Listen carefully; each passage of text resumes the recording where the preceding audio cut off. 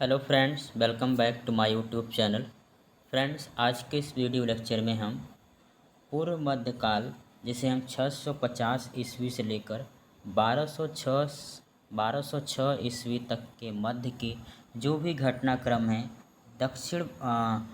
उत्तर भारत के संदर्भ में, उन्हें हम आज इस वीडियो लेक्चर के माध्यम से सॉल्व करेंगे।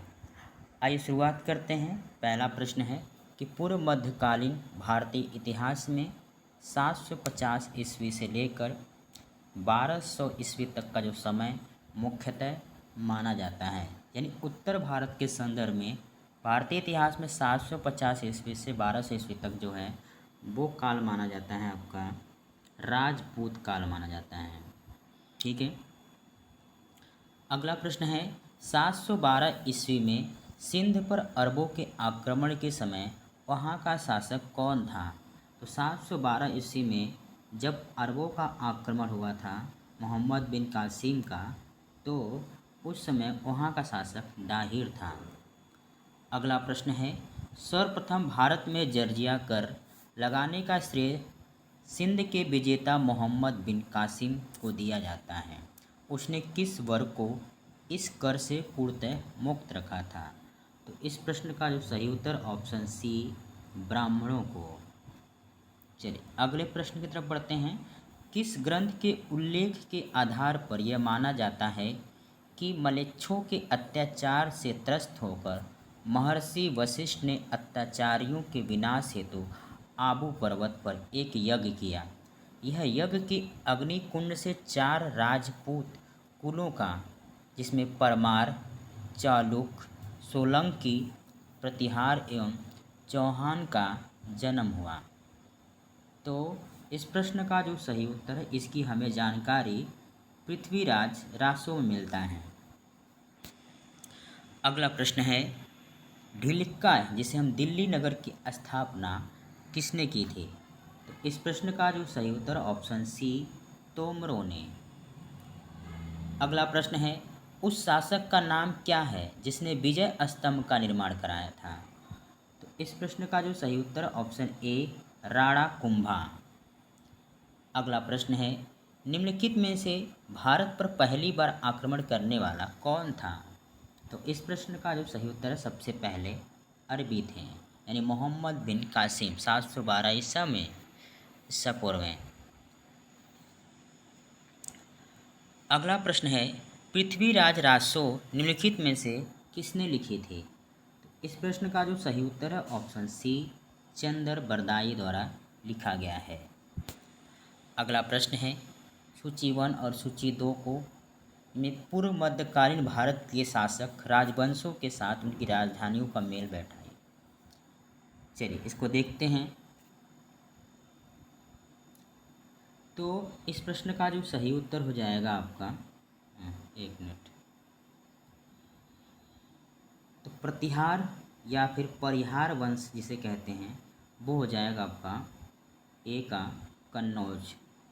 चंदेल राजाओं की जो राजधानी थी वो है खजुराहो, और परमार या पवार की जो राजधानी थी थार, और चालुक या सोलंकी वंश की अनिलवाड़ा।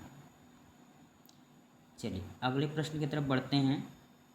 अगला प्रश्न है कि 1100 ईस्वी में निर्मित मंदिर जो भुवनेश्वर के अन्य मंदिरों पर प्रधानता रखता है कौन सा है? इस प्रश्न का जो सही उत्तर ऑप्शन सी, त्रिभुवनेश्वर लिंगराज मंदिर। दिलवाड़ा मंदिर कहाँ पर स्थित है? तो इस प्रश्न का जो सही उत्तर है वो है आबू पर्वत, जो कि राजस्थान के मध्य अरावली पर्वत पर स्थित है। अगला प्रश्न है खजुराहो स्थित मंदिरों का निर्माण किसने किया था? तो इस प्रश्न का जो सही उत्तर ऑप्शन डी, चंदेल राजपूतों ने। अगला प्रश्न है विजय स्तंभ कहाँ स्थित है? तो विजय स्तंभ जो है ये चित्तौड़गढ़ में स्थित है। चित्तौड़गढ़ कहाँ है? तो राजस्थान में है। लिंगराज मंदिर की नींव डाली थी? तो इस प्रश्न का जो सही उत्तर ऑप्शन ए, ययाति केसरी ने। अगला प्रश्न है, सोमनाथ के मंदिर पर 1025 ईस्वी में महमूद गजनवी के आक्रमण के समय गुजरात का शासक कौन था? तो इस प्रश्न का जो उत्तर सही है वो है भीमदेव प्रथम। अगला प्रश्न है, हिंदू विधि पर एक पुस्तक मिताक्षरा किसने लिखी थी? तो इस प्रश्न का जो सही उत्तर है ऑप्शन सी विज्ञानेश्वर। अगला प्रश्न है, ब्लैक पोगैडा है, तो ब्लैक पोगैडा क्या है? ये स्थित सी यानी कोणार्क उड़ीसा में। अगला प्रश्न है, एक तरफ राजवंश दूसरी तरफ उसकी राजधानी दिया हुआ है, तो इस प्रश्न का जो सही उत्तर है कि चौहान जो वंश है अजमेर इनकी राजधानी थी, और गढ़वाल या राठौर की कन्नौज इनकी राजधानी थी। गुहलोत या सिसोदिया वंश की राजधानी चित्तौड़गढ़, और कलचुरिया है जो था वो त्रिपुरी। तो इस प्रकार जो सही उत्तर ऑप्शन ए। राजस्थान के इतिहास का प्रणेता किसे कहा जाता है? इस प्रश्न का जो सही उत्तर ऑप्शन ए कर्नल टाड को। राजस्थान के इतिहास का प्रणेता किसे कहा जाता है? तो कर्नल टाड को। अगला प्रश्न है, सूची 1 में राजवंश और दूसरी तरफ राज क्षेत्र दिया हुआ है, चलिए इसको देख लेते हैं। तो चौहान वंश का जो राज क्षेत्र था वो दिल्ली और राजमेर वाला क्षेत्र था, और प्रतिहार का जो था कन्नौज वाला क्षेत्र था, और परवार का जो था मालवा, और चालुक्य या सोलंकी वंश काठियावाड़ था, जो कि गुजरात का तट पर है। ठीक है, फिर देखिए एक तरफ राजवंश दिया हुआ है और दूसरी तरफ का राज क्षेत्र दिया हुआ है।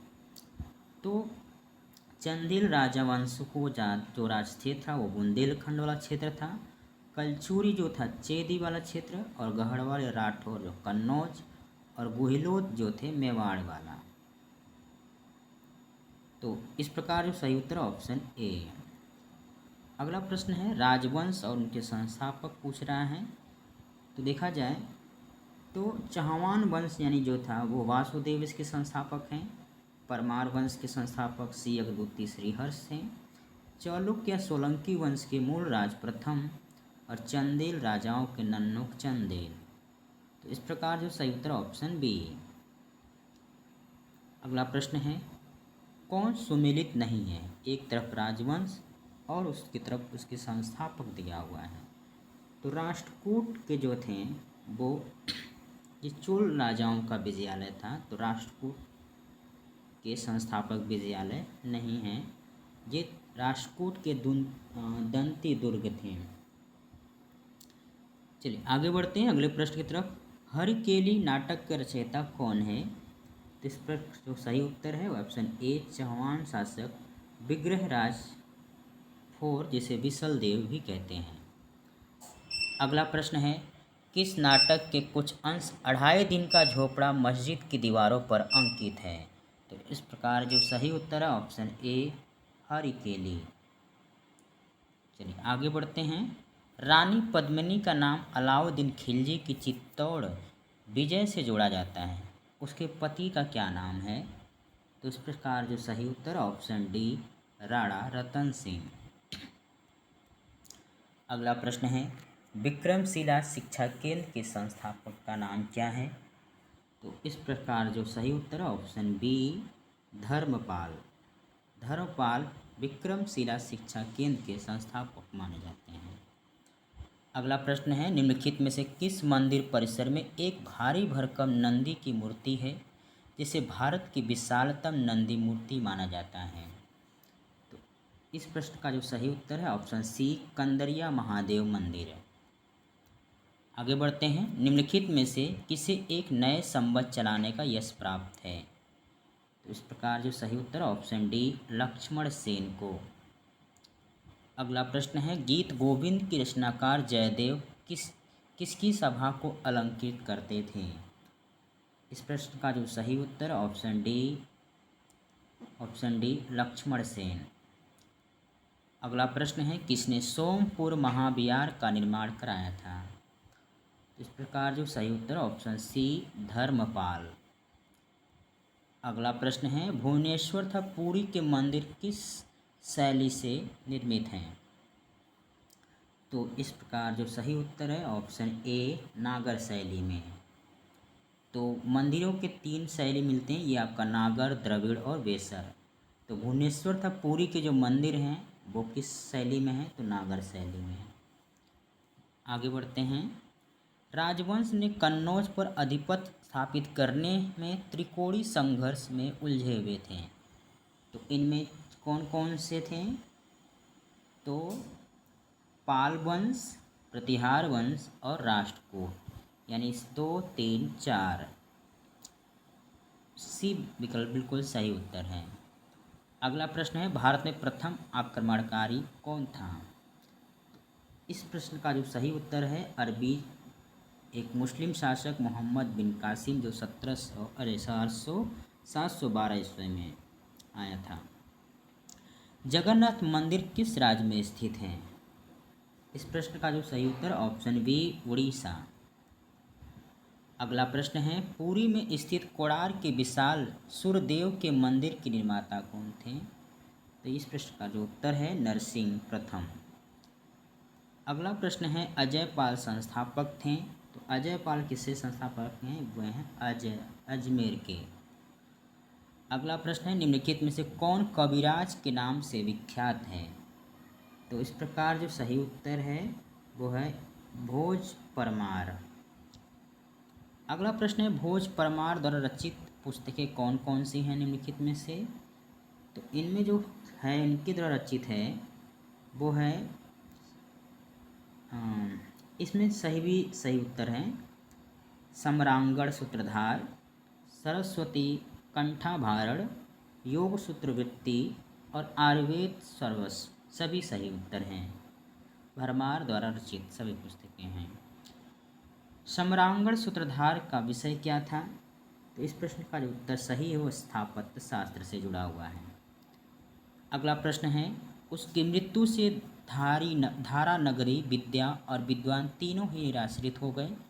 अधधारा निराधारा निरालंबा सरस्वती पंडिता खंडिता सर्वे भोजरागे दिवगंते, यह उक्ति किस शासक के संबंध में है। तो ये उत्तर है ए भोज परमार। अगला प्रश्न है, किस शासक के दरबार में जैन आचार्य हेमचंद को संरक्षण मिला था।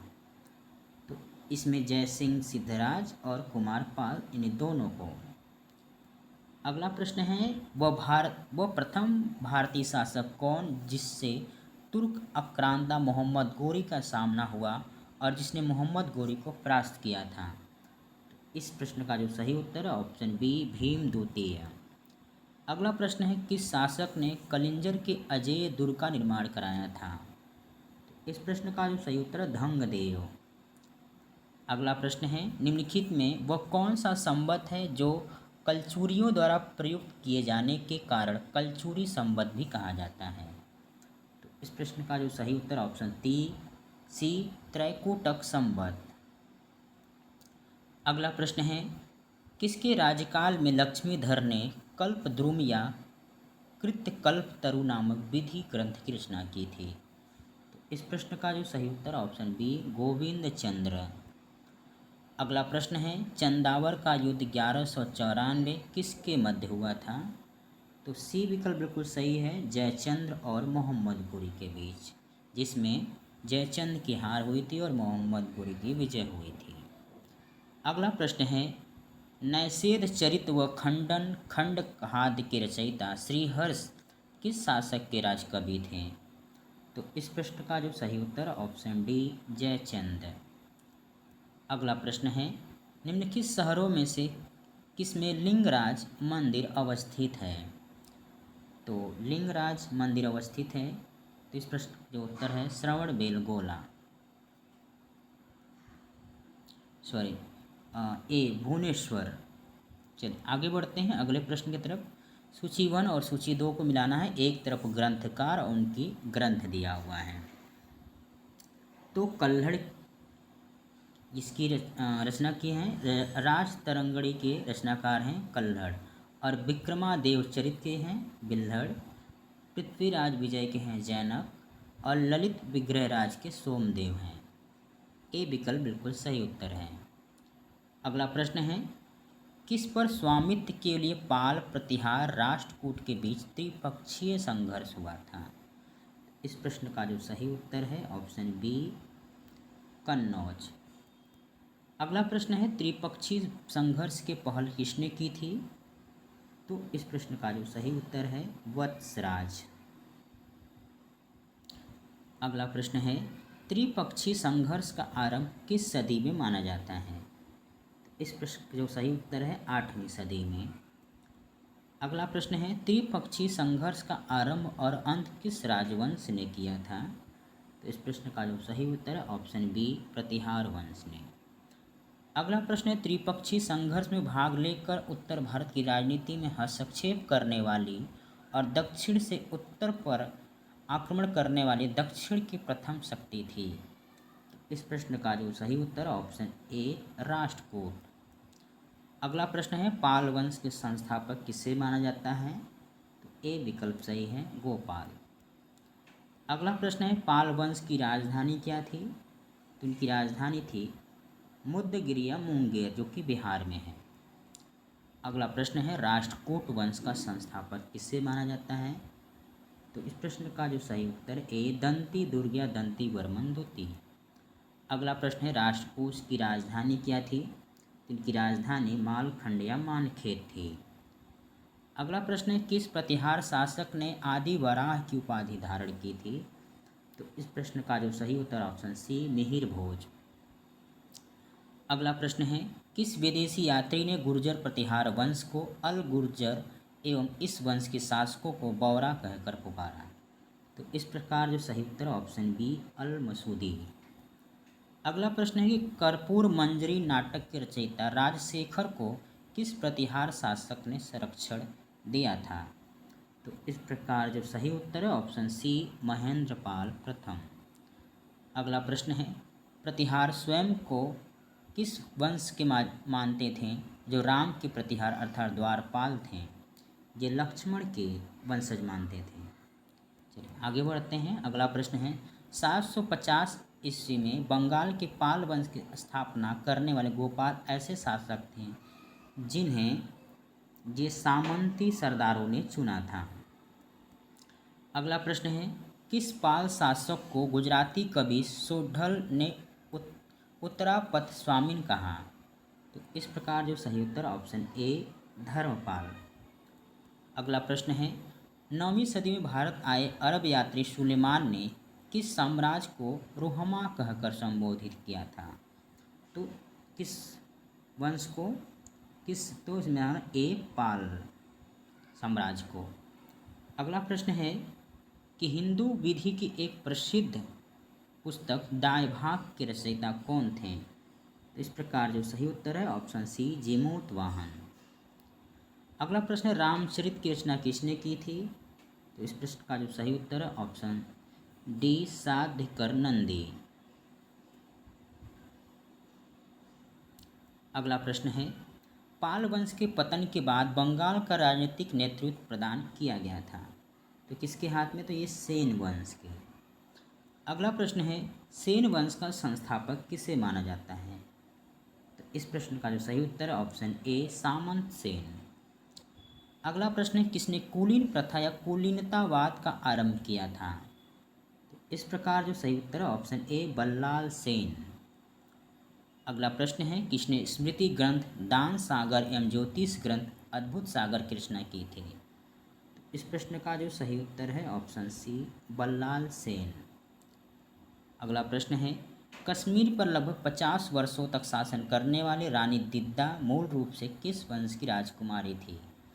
तो ये वंश था लोहार वंश। अगला प्रश्न है कायस्थों का एक जाति के रूप में प्रथम उल्लेख कहाँ मिलता है? इस प्रश्न का जो सही उत्तर है ओशनम स्मृति। अगला प्रश्न है सूची 1 और सूची 2 को मिलाना है कि इनमें से किसका प्रसार किन शैलियों से हुआ है। तो नागर शैली जो है ये उत्तर भारत के हिमालय से विंध्य तक फैला हुआ है। बेसर शैली विंध्य से कृष्णा तक और द्रविड़ शैली जो है कृष्णा की से दक्षिण में कन्याकुमारी तक। ए विकल्प सही है। अगला प्रश्न है हिंदुओं में यह दृढ़ विश्वास है कि अन्य कोई देश उनके देश जैसा श्रेष्ठ नहीं है, कोई राजा उसके राजा के समान नहीं है उनके शास्त्रों के समान कोई शास्त्र नहीं है। यह उक्ति किसकी है? तो ये उक्ति है डी अल्बुरेनी की। अगला प्रश्न है, सूची 1 और सूची 2 को मिलाना है। एक तरफ मंदिर दिया है और दूसरी तरफ उसके निर्माता दिया हुआ है। तो लिंगराज मंदिर भुवनेश्वर की जो इनका निर्माता हैं वो केसरी नरेश। जगन्नाथपुरी मंदिर के हैं अनंत वर्मा चौडंग पूर्वगंग नरेश। और सूर्य मंदिर कोडार के नरसिंह देव यानी पूर्वगंग नरेश। तो इस प्रकार इस प्रश्न का जो सही उत्तर है ऑप्शन ए। अगला प्रश्न है, गुर्जर प्रतिहार के उज्जैनी शाखा का संस्थापक किसे माना जाता है? तो इस प्रकार जो सही उत्तर है ऑप्शन बी, नागभट्ट प्रथम। अगला प्रश्न है, खजुराहो का मंदिर का संबंध किन संप्रदाय से जुड़ा हुआ है? तो शैव संप्रदाय, जैन और वैष्णव, इन तीनों से जुड़ा हुआ है। अगला प्रश्न है, जैन वास्तुकला का प्राचीनतम उदाहरण कहाँ मिलता है? इस प्रकार जो सही उत्तर है ऑप्शन ए, दिलवाड़ा का जैन मंदिर माउंट आबू राजस्थान अरावली पर्वत पर स्थित है। अगला प्रश्न है कि ओदंतपुरी विश्वविद्यालय बिहार शरीफ नालंदा जिला का मुख्यालय बिहार का संस्थापक था।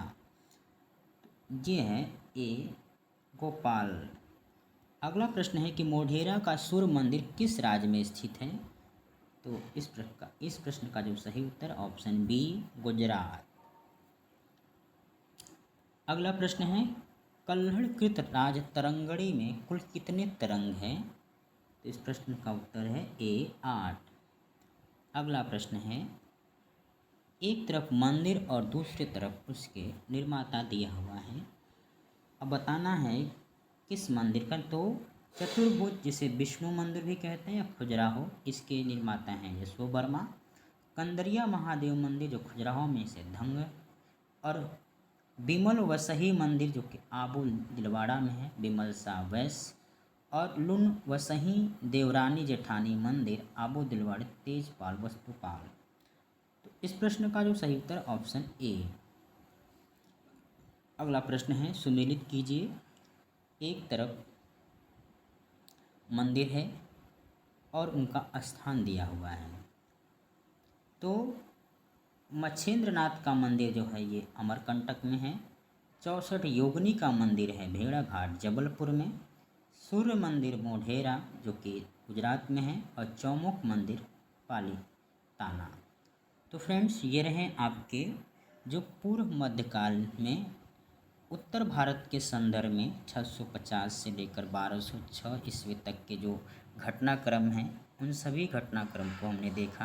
इतिहास से जुड़े बहुत सारे इसमें संस्था, वंशज, उनके संस्थापक कौन थे, या फिर कौन से स्थापत्य कला उनके किसने निर्माण कराया, ये सब ने देखा। फ्रेंड्स, यदि आपको ये वीडियो अच्छा लगे तो आप इसे लाइक शेयर कर सकते हैं। अभी तक इस चैनल को सब्सक्राइब नहीं किया है तो सब्सक्राइब कर लीजिए।